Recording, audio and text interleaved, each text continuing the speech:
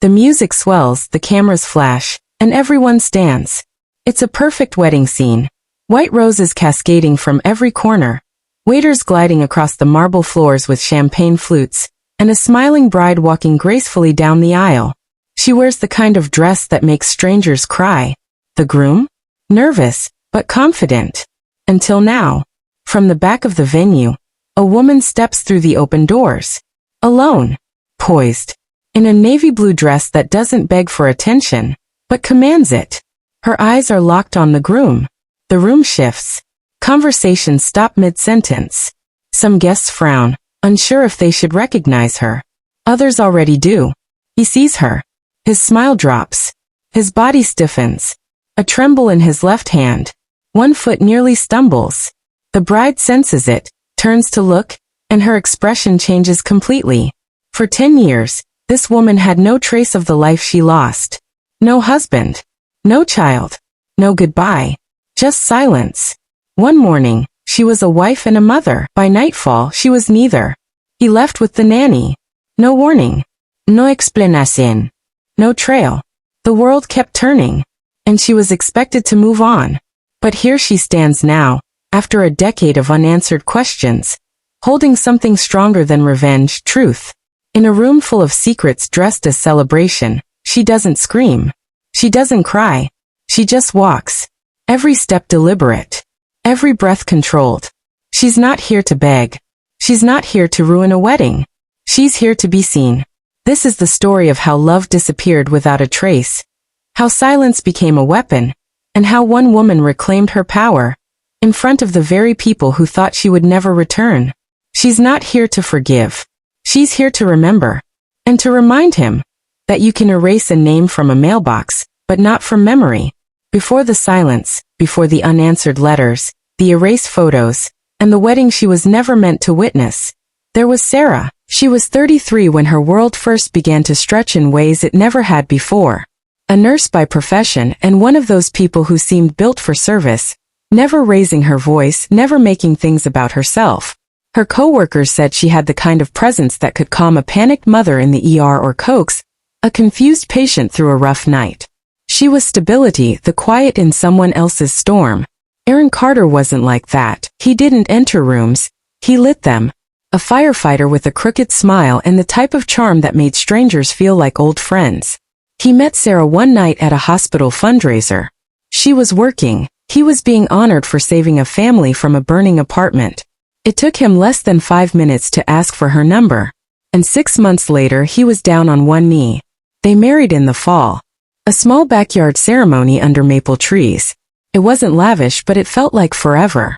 A year later Emma was born, the kind of baby that makes other people want children. She had Aaron's energy and Sarah's eyes. And for a little while life was full. Tiring, yes. Demanding, yes. But full. Then came the injury. A car accident just 2 blocks from their house. Sarah was sideswiped while heading to pick up diapers. Herniated discs. Pain so sharp it blurred her vision. Doctors warned her to slow down. But slowing down when you have a toddler and a full-time job isn't a choice. It's a luxury. Aaron, already picking up extra shifts at the fire station, suggested they get help. He found her online, Brittany Lane, a 22-year-old child development major with glowing reviews. She showed up on their doorstep with neatly ironed clothes, a binder of references and a bright, almost rehearsed smile. She was efficient. That was the word Sarah kept using when people asked. She's efficient. Laundry folded. Meals made. Emma bathed and in bed before Sarah even walked in. Brittany didn't need to be asked twice. In fact, she rarely needed to be asked at all. But over time little things started to shift.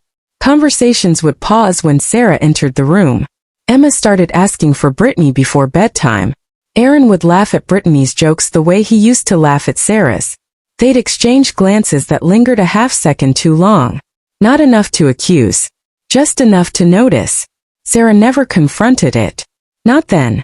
She was raised to believe in trust. To give the benefit of the doubt. She would tell herself, "You're exhausted. You're imagining things." And she'd brush it off. Again. And again. And again. Until one day she came home to a quiet house. No laughter. No cartoons. No toddler squeals. Just silence. And that's when everything changed. Brittany Lane didn't come in with noise. That was the trick. She didn't rush to fill space. She occupied it. Quietly. Gracefully. Like someone who understood how to make herself necessary without being noticed. At first Sarah appreciated the help. After all, who wouldn't? Brittany remembered Emma's snack preferences, her nap schedule, and the silly lullaby Sarah used to hum before bedtime when her back couldn't take standing for more than 5 minutes. Brittany began dressing Emma in matching outfits, adding cute hair ribbons, teaching her to pronounce arugula, like a chef's daughter. Sarah laughed it off in the beginning. But then Brittany started choosing Emma's outfits before Sarah even got out of bed, reading stories to her at night while Sarah lay icing her spine in the next room, helping Emma write daddy in crayon on the fridge. The word mommy never appeared. Soon Brittany wasn't just caring for Emma. She was folding Aaron's laundry, buying almond milk because Aaron once mentioned he might try cutting dairy, sitting in on their conversations, not eavesdropping but present, with comments, suggestions. She became a third presence in the house. Not a guest. Not staff. Something else. Sarah noticed. Of course she did. She didn't say it out loud, not yet. Instead she wrote it down. Her journal became her only safe place. Scribbled pages of half-thoughts, questions she was afraid to speak. Why does he laugh louder when she's around? Emma called her Mama Brit today. Did she always wear perfume that strong? One night, Sarah woke up at 3 a.m. to get a glass of water. The hallway was dim. She walked past the living room and saw them. Aaron on the couch. Brittany curled up on the opposite end, facing him, whispering something that made him smile. Nothing obvious. No touching. No kissing. But the space between them told the whole story. It wasn't what they were doing. It was what they weren't hiding anymore. The next morning Sarah asked Aaron if they were okay. He kissed her forehead, told her she was just tired, that she needed rest, not overthinking. You're doing amazing, he said. She smiled but felt like she was being erased in real time.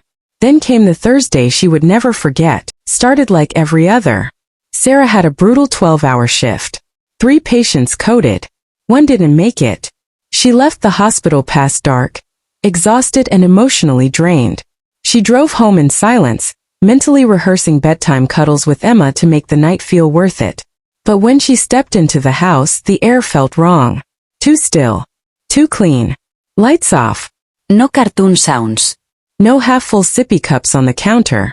She called out. Once. Twice. No answer. She moved through the kitchen, then up the stairs, every room perfectly made. Emma's toys gone. Her crib empty. Brittany's things? Cleared. Aaron's closet? Half empty. Her stomach dropped. She raced back down. That's when she saw it on the counter. A single sheet of paper. Folded once. Her name written across the front. It read, Sarah, don't look for us. It's better this way. There was no signature. No forwarding address. No explanation.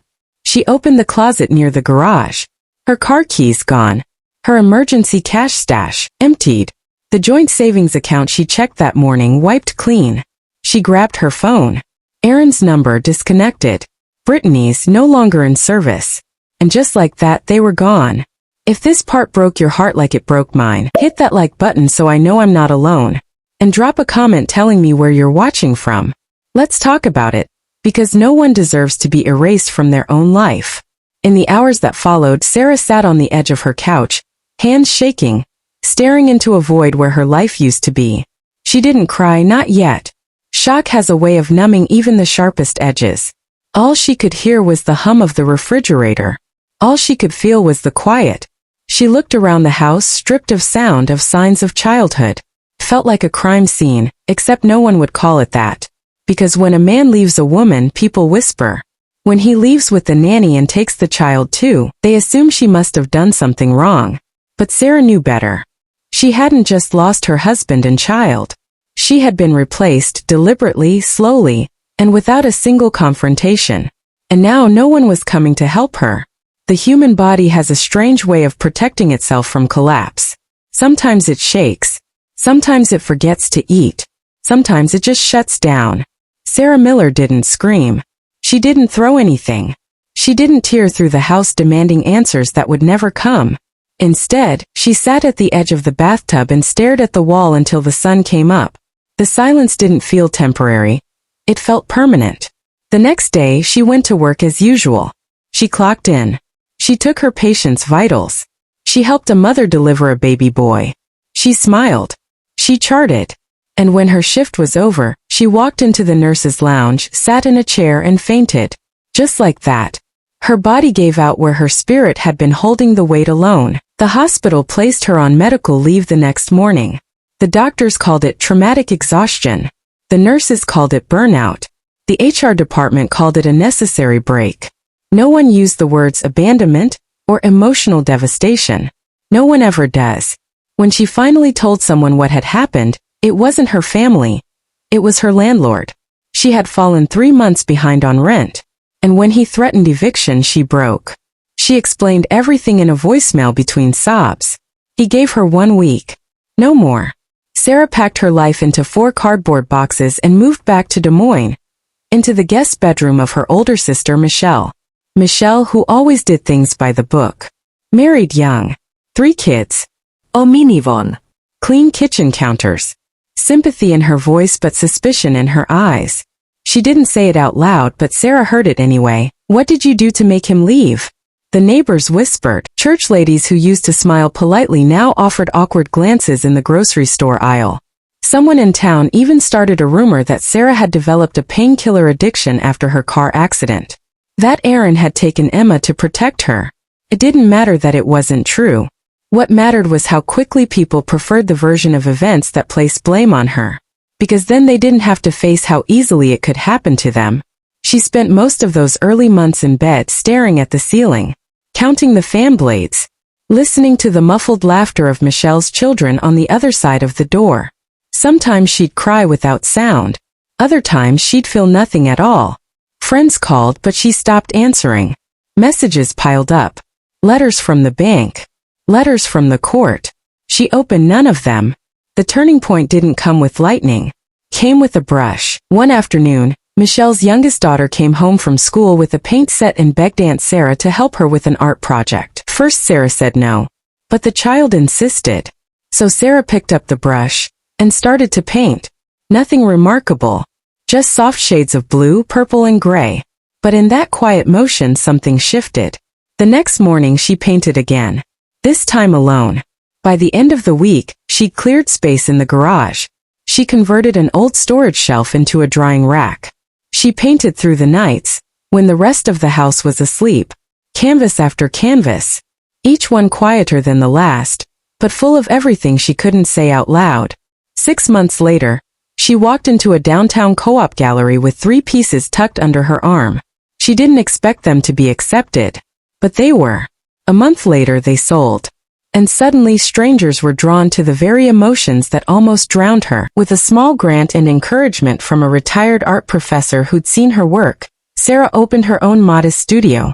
It wasn't much, just a corner space inside a converted post office, but it had light, and walls, and a door she could open and close on her own terms. She named it Room 17. No one knew what the name meant. But Sarah did. It was the hospital room number of the woman whose baby she'd delivered the day before everything fell apart. In that space, Sarah didn't talk about what happened. She didn't wear sadness like a badge. She just worked.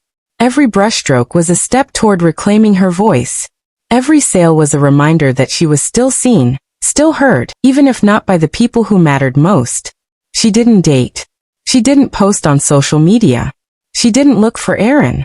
For a while, she didn't even look at pictures of Emma. It hurt too much. She tucked them into a shoebox and stored them at the very top of her closet, just out of reach but never far. Some wounds heal loudly. Others heal in silence. Sarah's healing came quietly. No headlines. No applause. Just deliberate movement forward. Breath by breath. Stroke by stroke. And yet, even as her hands created new beginnings, her heart never stopped wondering, where was her daughter now? And would Emma ever remember the woman who used to sing to her when the world went quiet? They say time heals. But time doesn't erase. It simply files things away. Until a moment sharp enough pulls the drawer back open. For Sarah, that moment came on a rainy Thursday afternoon, nearly 10 years to the day she lost everything.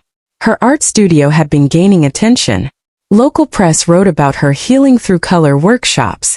A curator in St. Louis invited her to contribute to a gallery exhibit called Unspoken. She agreed, not because she felt whole, but because she finally felt ready to be seen. She hadn't been in St. Louis more than 2 hours. The opening was still 3 hours away. She decided to take a walk. Coffee in hand, scarf wrapped tight, she wandered down a cobbled street lined with boutique stores and over-decorated cupcake shops. And then, without warning, she saw them. Across the street, exiting a frozen yogurt shop, a woman with auburn hair and a teenage girl in a school uniform. The woman was laughing, holding the girl's hand like a mother would. The girl turned slightly to fix her hair. And Sarah stopped walking. Emma. Same eyes. Same dimples. A little taller now. Her hair longer. But Sarah knew instantly. Every cell in her body recognized the child she once held through sleepless nights. The child who disappeared without goodbye. And the woman next to her? Brittany Lane. No longer the soft-spoken nanny in neutral cardigans. She looked polished now, confident. Older, sure, but comfortable in a life she didn't earn. And that life included Sarah's daughter. Still holding her hand like she belonged to her. Sarah stood frozen on the sidewalk, her grip tightened around her coffee until it crumpled. Her heart didn't race, it stopped. And then it thundered. In one glance, 10 years of grief, longing, and pain surged back with crushing clarity. She fumbled for her phone. Hands shaking. She took a photo. Zoomed in. Took another. Brittany laughed again, completely unaware. They were walking now toward a black SUV. The license plate was Missouri. Sarah took note. They pulled away. She stood in the rain long after they disappeared from view. Back at her hotel, Sarah collapsed onto the bed. She couldn't breathe. Couldn't cry. Just stared at the screen. Zoomed in. Out. In again. Her daughter. Her own flesh and blood. Right there. Not across the world. Not in hiding. Just a few hours away. Living a new life, wearing a different name. She pulled out her laptop and began searching. The address tied to the plate number led to a quiet suburban hour outside St. Louis. À cul-de-sac. A 2-story colonial. Perfect landscaping. Aaron was listed under a new name. Evan Barnes. Brittany now used the name Bria Barnes. Husband and wife. Married on paper. The girl? Emily Barnes. Born July 5th. Listed as their biological child. Sarah printed the records and spread them across the hotel bed like crime scene evidence. They hadn't just stolen her family. They'd rewritten her out of it entirely. And the worst part? Emily believed them, asterisk. Because later, after a few phone calls and 2 careful emails, Sarah tracked down a woman who lived across from them. She posed as a freelance writer working on a feature about blended families. The woman said, "Oh, Bria? She's lovely. They adopted their daughter after her birth mother abandoned her at a hospital." Abandoned. Sarah sat still, mouth open. That one word cut deeper than all the others. They hadn't just left her behind. They'd made her the villain in a story she didn't even get to tell. She stared at the photo again. The girl looked so happy. So comfortable. She looked like she belonged in that lie. And for a few terrible moments, Sarah wondered if Emma even remembered her at all. Wait, did you see that coming? If your jaw dropped like mine did, tap the subscribe button right now. And ring that notification bell, because what happens next will leave you speechless. But Sarah didn't confront them. Not yet. She didn't knock on the door. She didn't scream or march into their driveway demanding answers. That's not who she was anymore. She closed her laptop, packed her documents into a file folder, and made a quiet decision. She would not act in rage. She would not make this about revenge. She would watch. She would learn. And she would wait for the exact right moment to reclaim the truth. Not with noise. Not with threats. But with undeniable, irreversible proof of who she was, and who they still feared she could become. This wasn't about going back to the past. It was about taking back what had always been hers. Some betrayals feel like earthquakes, sudden, loud, impossible to ignore, but others come in waves. Aftershocks. And Sarah Miller was about to feel another. That night, back at her home in Des Moines, she sat alone in her studio. The lights were off. Just the dim glow of her laptop screen filled the room.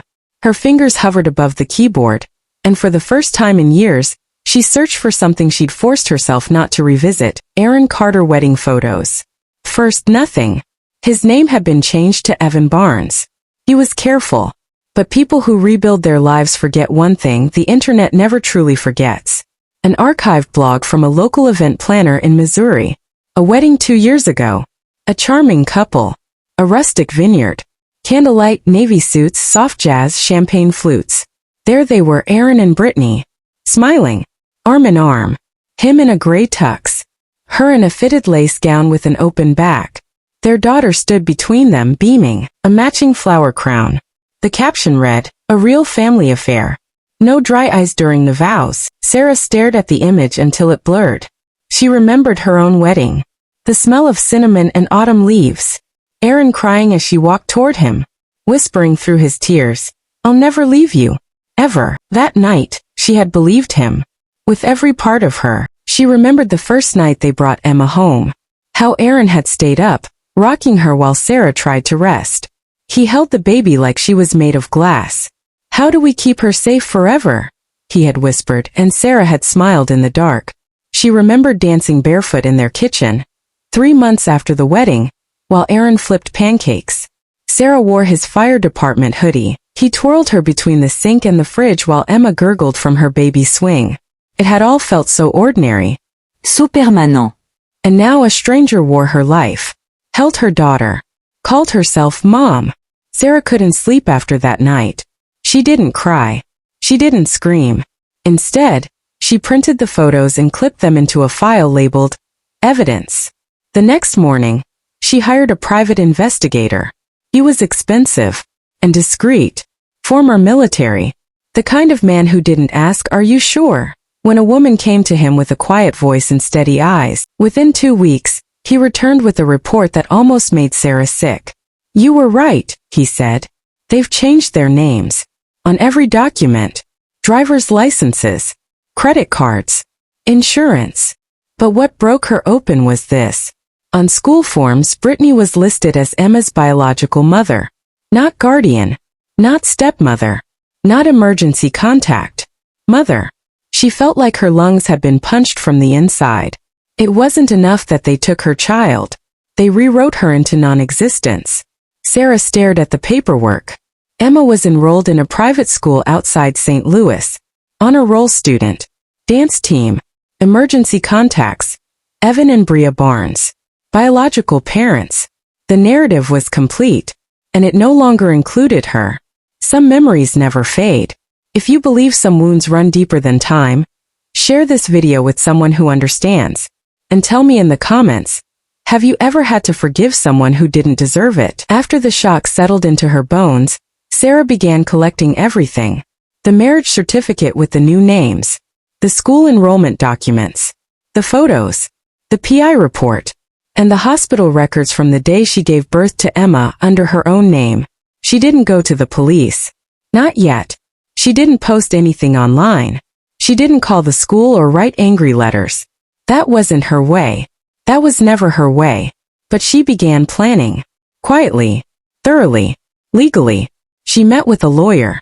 A seasoned woman who had seen 100 custody battles and only lost 2. She told Sarah something simple but sharp. The truth is not enough, Sarah. But proof? Proof is power. And so Sarah dug deeper. She requested medical files, bank statements from 10 years ago, hospital logs, even old emails from Aaron that proved their life together. It was all still there, just buried under a decade of silence. Each file she assembled wasn't just about building a case. It was about stitching herself back into a story someone else had tried to finish without her. This wasn't revenge anymore. This was reclamation.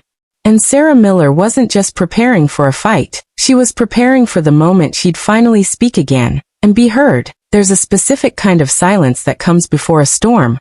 Not the violent kind that thrashes and burns, but the kind that reclaims the space it was forced to leave. That was the silence Sarah Miller carried now. The kind that doesn't beg, the kind that doesn't need permission.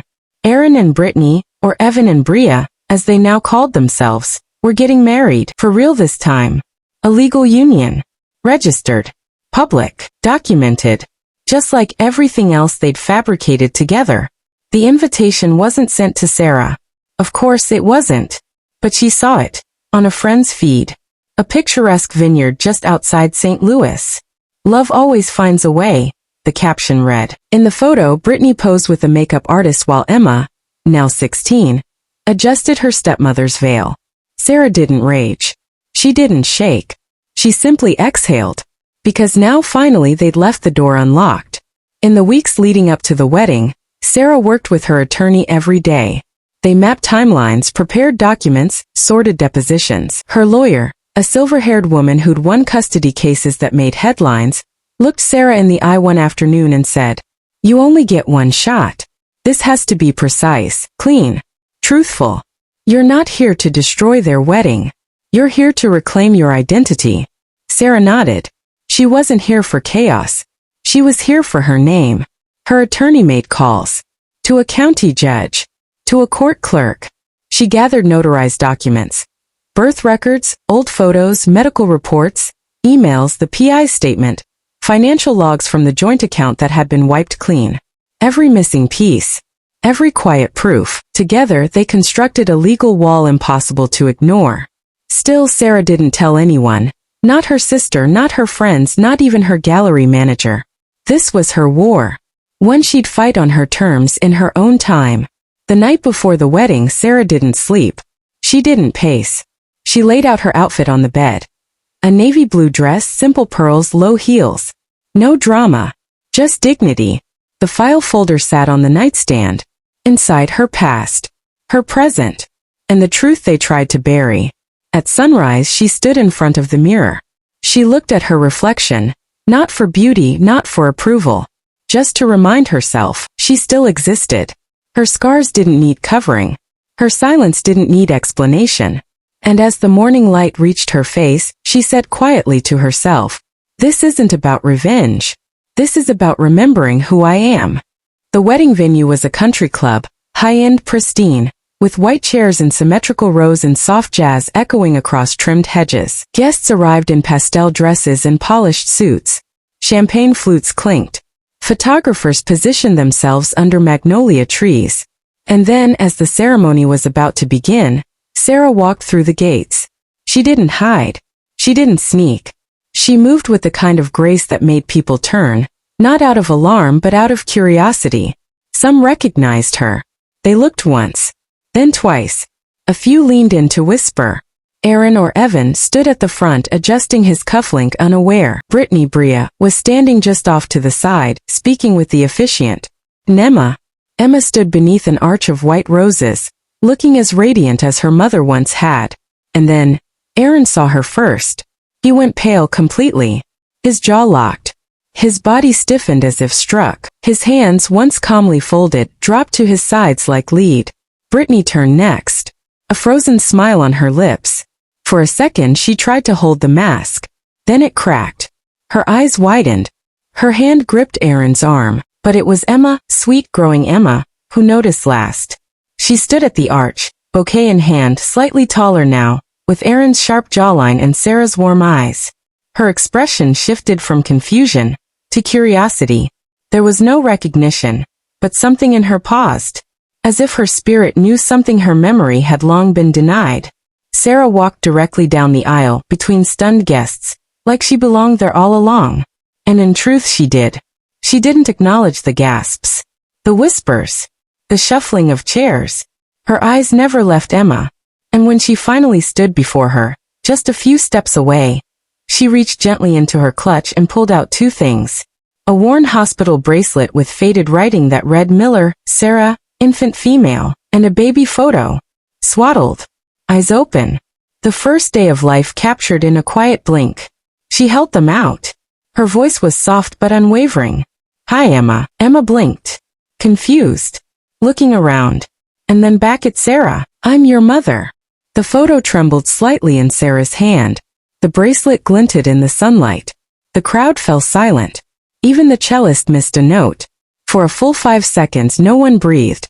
And then came the gasp. Not from one person but from many. It moved like a wave through the chairs. Phones lowered. Glasses tilted. Heads turned. You could hear a pin drop, until a woman in the second row whispered audibly, "Oh my God." Emma stared at the items in front of her, then up at Aaron, then Brittany.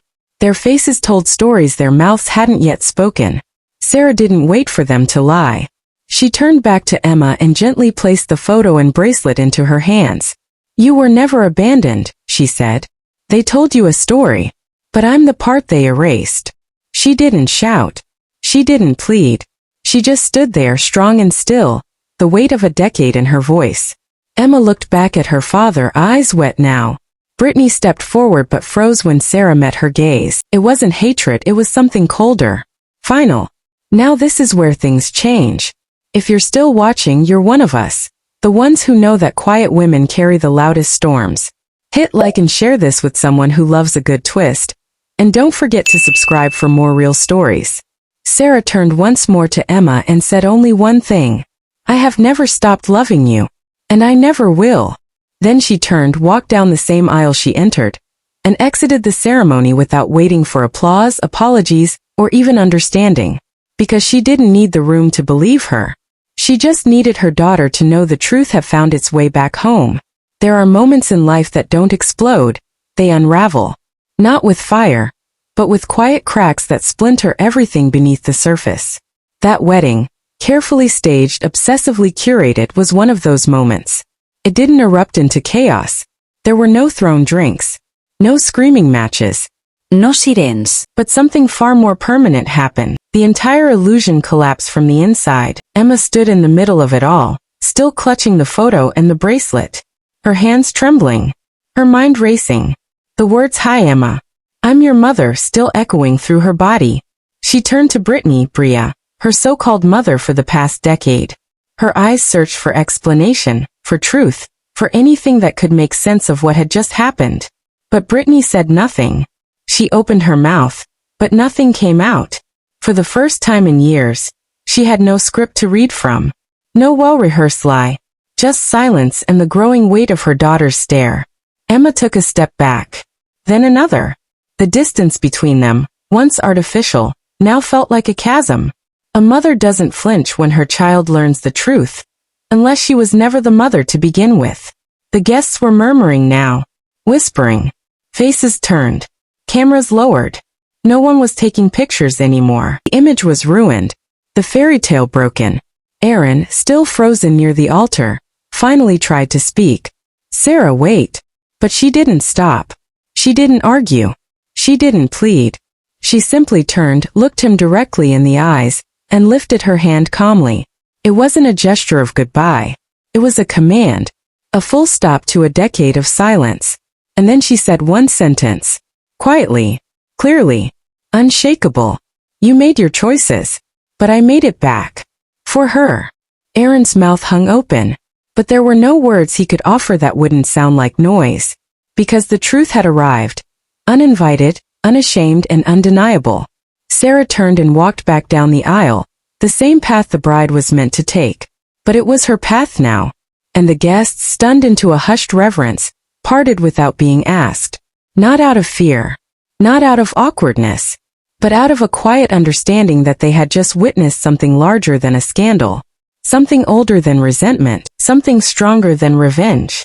They had seen a mother rise from erasure. Not to ruin, but to reclaim. She reached the gate, pushed it open, and stepped into the light. Behind her, Brittany collapsed into a chair, head in her hands.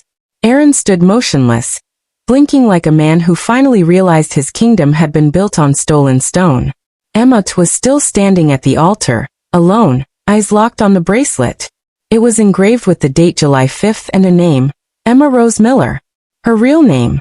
And though Sarah didn't see it, because she never looked back, Emma reached into her pocket, pulled out her phone, and searched something she had never searched before. Sarah Miller. Artist. Des Moines. And for the first time, her daughter began walking toward the truth. One click, one memory, one unanswered question at a time. The most powerful kind of revenge isn't loud. It doesn't demand applause. It doesn't break the door down or set the house on fire.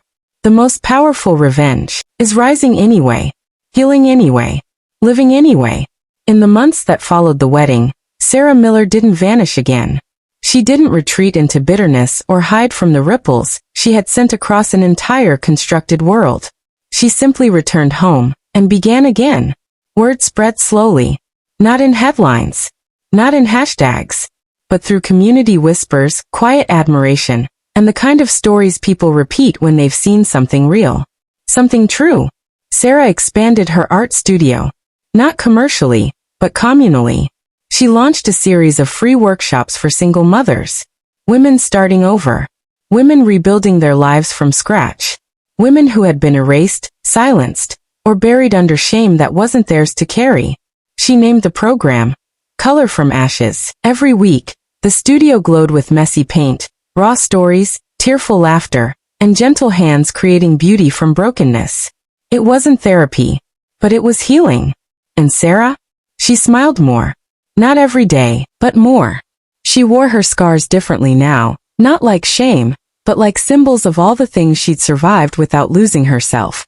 Legally, her case moved forward. Slowly. The courts acknowledged the documents. A judge ruled that Sarah had never forfeited her parental rights. Her name was reinstated on Emma's birth certificate. Custody visitation was opened for review. It wasn't revenge, it was repair. Aaron never fought the ruling. Brittany tried briefly.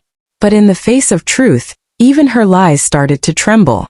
And then one quiet Tuesday morning just before the studio opened for class, Sarah heard the softest knock on the door. She opened it. And there stood Emma. Now 17. Awkward. Guarded. But there. She didn't speak at first. Just held up the photo. The baby photo Sarah had placed in her hands on that wedding day. Now crinkled around the edges from being kept too long in a backpack pocket. Sarah stepped aside. Emma walked in. No grand reunion. No emotional speeches. Just the two of them, sitting down at a table, dipping their brushes in paint, and choosing silently to begin again. If this story moved you, if it made you angry, cry, or inspired you, leave a comment and tell me your thoughts. And hey, don't just subscribe, join our family. Turn on that bell so you never miss a story that needs to be told. You don't need to burn bridges. Sometimes all you have to do is walk across them with fire in your heart and silence on your lips. And sometimes the people on the other side finally turn to see the flame and remember who lit it first.